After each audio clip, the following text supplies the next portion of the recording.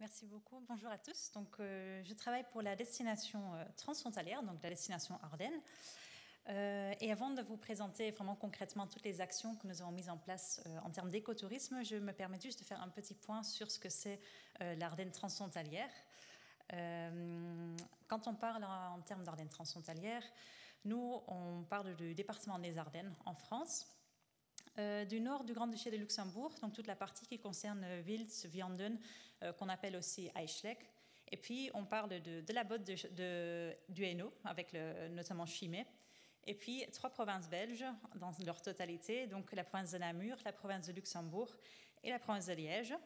Même si j'imagine que vous vous posez la question pourquoi on inclut Liège et Namur, mais on en a parlé déjà ce matin aussi, c'est que voilà, un territoire géographique n'est pas forcément la même chose que le territoire touristique. Et nous, pour nous, Liège et Namur, ce sont vraiment des portes d'entrée pour venir en Ardennes. Et pour les touristes étrangers, notamment néerlandais, on ne fait pas forcément la différence entre ce qui se trouve au-dessus de Liège et ce qui se trouve en dessous de Liège. C'est l'Ardenne, on va en Ardennes. Donc c'est pour ça que nous, dans le cadre de la marque Ardennes, l'Ardenne transfrontalière, on inclut l'ensemble des provinces. Donc en fait, ça fait depuis 2009 qu'on travaille ensemble entre partenaires ardennais. C'est en 2009 qu'un groupement a eu envie de travailler ensemble. En 2010, ils ont développé en fait un profil identitaire pour vraiment identifier quelles étaient les forces, qu'est-ce qui nous lie entre Ardennes belges, françaises, luxembourgeoises. Et de là, s'est découlé une code de marque et la création d'une marque transfrontalière, une marque de territoire. Vous connaissez peut-être la marque Bretagne, la marque Alsace. Enfin, voilà, il y a aussi donc la marque Ardennes qui est née en 2013, enfin en 2012 avec la création du code de marque et en 2013 avec l'ouverture de cette marque aux prestataires touristiques qui pouvaient adhérer à cette marque. Et en 2014, nous avons donc créé ce groupement européen d'intérêt économique pour vraiment structurer cette collaboration transfrontalière.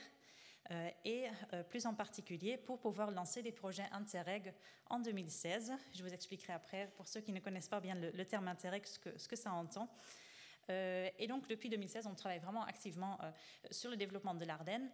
Et depuis 2018, on commence aussi à réfléchir à comment intégrer d'autres secteurs au sein de cette marque, pour l'instant touristique, mais par exemple comment intégrer le secteur des produits du terroir, la culture qui apporte aussi quand même un intérêt touristique pour la destination Ardennes. Alors, donc vite, rapidement, les objectifs donc, de la marque Ardennes, donc c'est vraiment pour renouveler l'image et l'attractivité, enfin augmenter l'attractivité donc de la destination transfrontalière. Ce qu'on fait concrètement, c'est qu'on accompagne les prestataires touristiques, on en a parlé ce matin. Ben voilà, la marque Ardennes a aussi cette volonté de vouloir accompagner différents prestataires, que ce soit des hébergements, que ce soit des propriétaires d'attractions touristiques, vraiment tout l'ensemble des professionnels du tourisme. On veut les faire gagner donc en visibilité, donc pour être mieux visible auprès des cibles qu'on vise en tant que destination, et tout cela dans un but donc de faire rayonner tous ensemble l'Ardenne.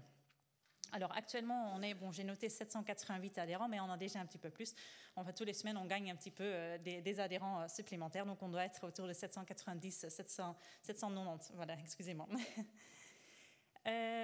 Alors, comment est-ce qu'on accompagne ces prestataires? On a mis en place tout un ensemble d'outils.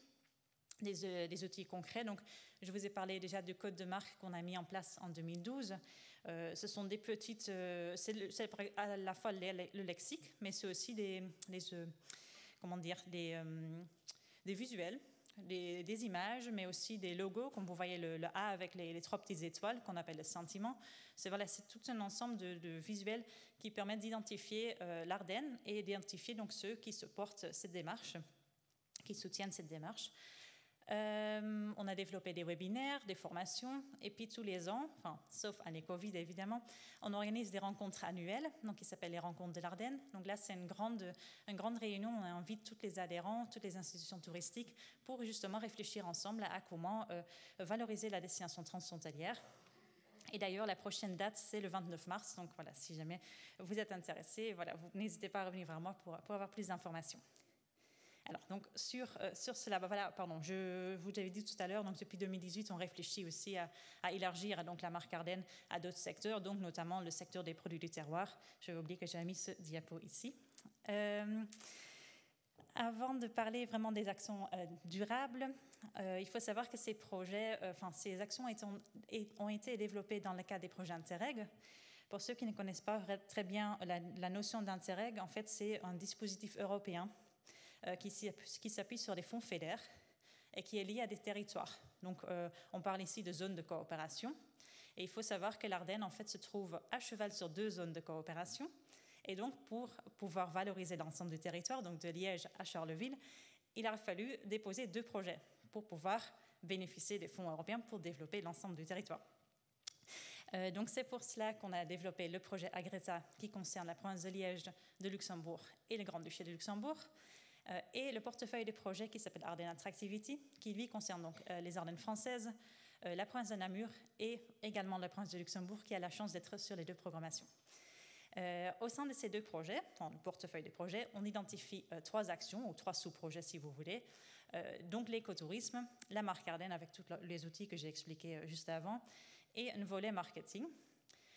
Juste avant de partir donc, sur le durable, au niveau du marketing, ce qui est intéressant de savoir, c'est que durant ces 5 années, nous avons développé notamment un site web en 4 langues qui avait pour but donc, de valoriser l'ensemble de la destination et ses adhérents. Et il faut savoir que le tourisme durable est vraiment le fil rouge du site, que ce soit à travers des expériences qu'on peut vivre sur les territoires, que ce soit au niveau des routes touristiques qu'on a aménagées pour les circuits sans voiture, des routes, je dis routes, mais des circuits à vélo, à pied, et bien évidemment aussi des bonnes adresses. Vous voyez des petites captures d'écran derrière moi avec l'écotourisme en Ardennes où on a répertorié à peu près 70 ou 80 bonnes adresses écotouristiques en Ardennes. Tout cela a été valorisé ensuite via une campagne de communication, une campagne de promotion qui s'appelle Partir loin de tout près, d'où aussi le titre de notre intervention ici. Cette campagne a été lancée en mars 2020. Le titre avait été trouvé avant la crise du Covid, mais finalement il tombe plutôt bien, puisque c'était un peu dans l'air du temps de ne pas partir très loin de chez soi. Mais le titre vient surtout de notre envie donc, de valoriser le tourisme durable, pour expliquer aux personnes qu'il n'y a pas besoin d'aller très loin pour avoir un sentiment d'être dépaysé.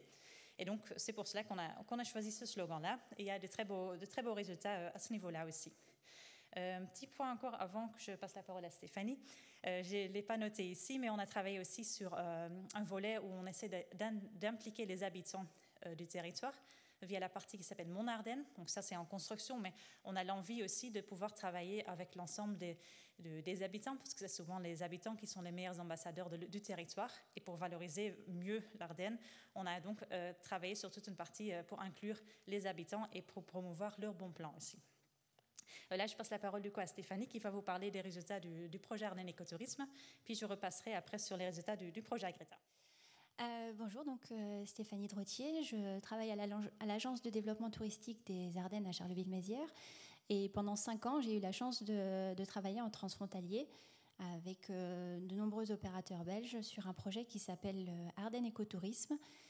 Donc une question de vocabulaire, ça s'appelle Ardennes Écotourisme pour des questions de marketing, mais on était vraiment bien parti sur les 3 piliers du développement durable, l'économie, le social et l'environnement.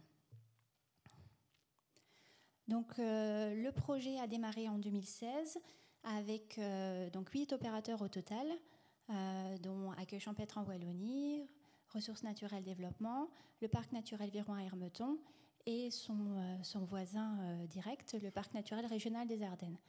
Nous avons aussi rejoint la Grande Forêt du Pays de Saint-Hubert et puis les opérateurs associés, j'allais dire historiques de l'ADT, qui était la Fédération du tourisme de la province de Namur et l'Association du tourisme du Luxembourg belge.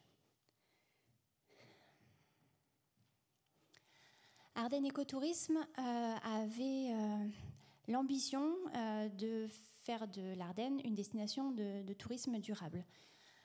Pour cela, on s'est penché sur toutes les parties constitutives d'un séjour touristique avec donc 3 objectifs.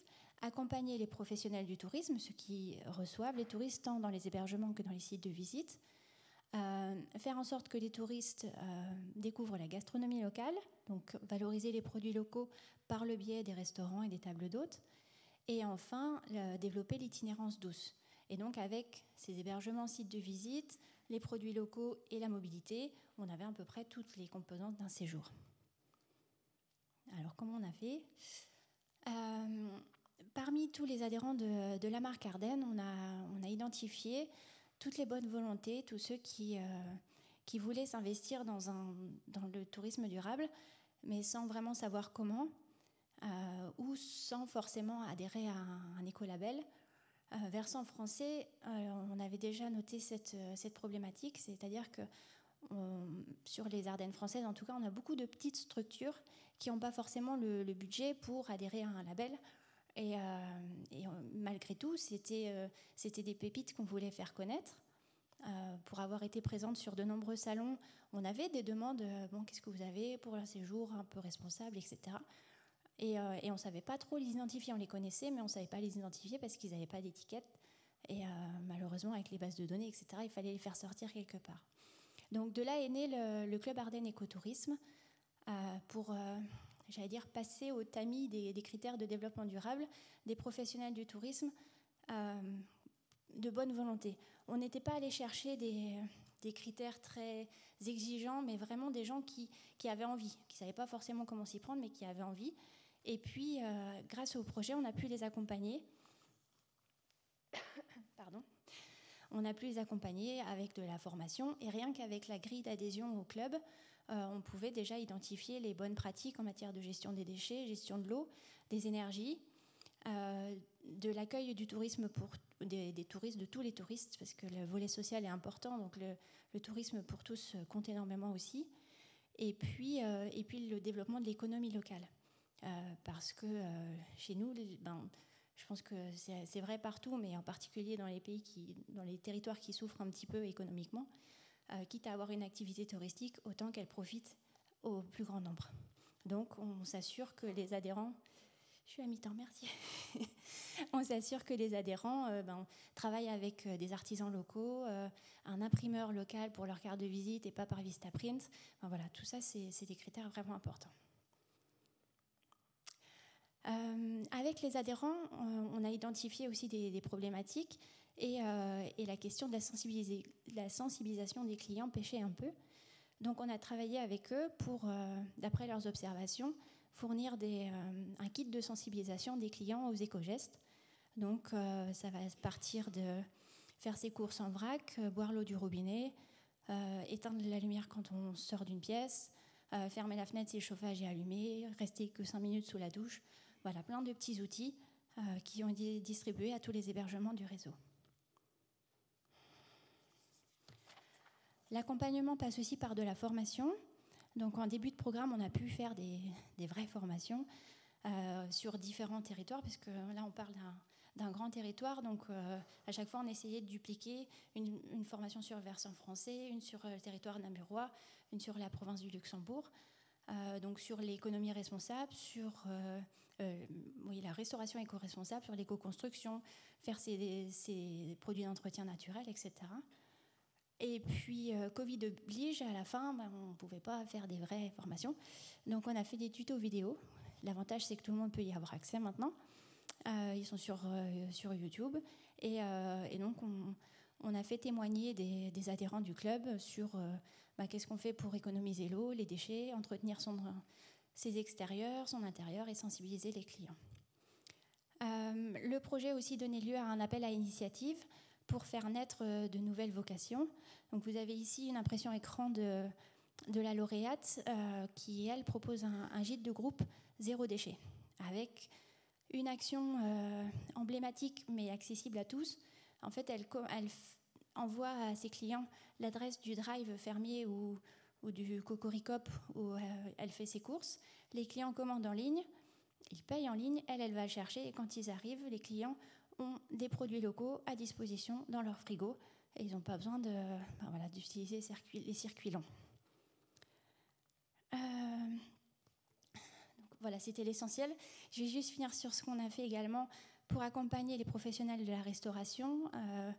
On a mis en place un calendrier des produits de saison et une carte géoréférencée des producteurs à proximité.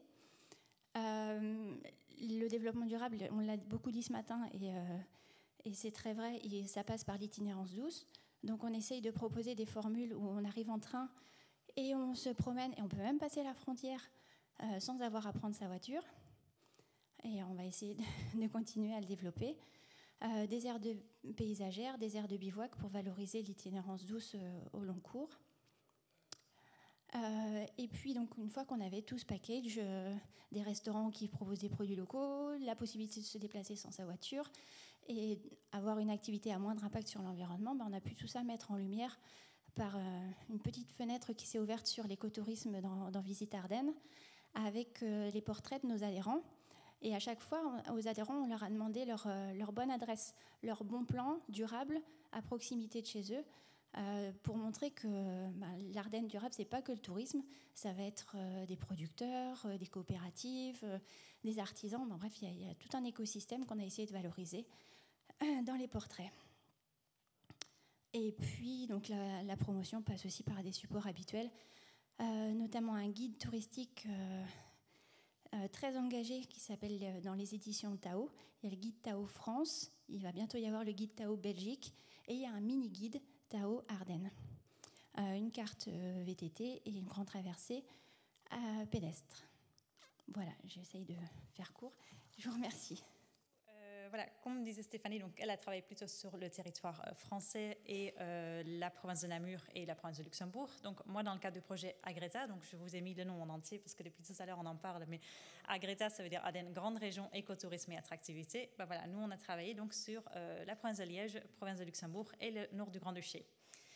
Bon, je vous ai mis rapidement quelques chiffres ici, on ne va peut-être pas s'attarder dessus puisqu'il ne nous reste pas beaucoup de temps, mais en tout cas, on était 11 partenaires de projets, parcs naturels, universités, fédérations touristiques, pour mettre en place tout un ensemble d'actions que je vous ai montré tout à l'heure d'ailleurs, des actions d'écotourisme, la marque Ardennes, le marketing de la destination. Et donc, ce qui nous intéresse ici au niveau de l'écotourisme, tout comme l'a expliqué Stéphanie, nous avons surtout commencé par un accompagnement des prestataires.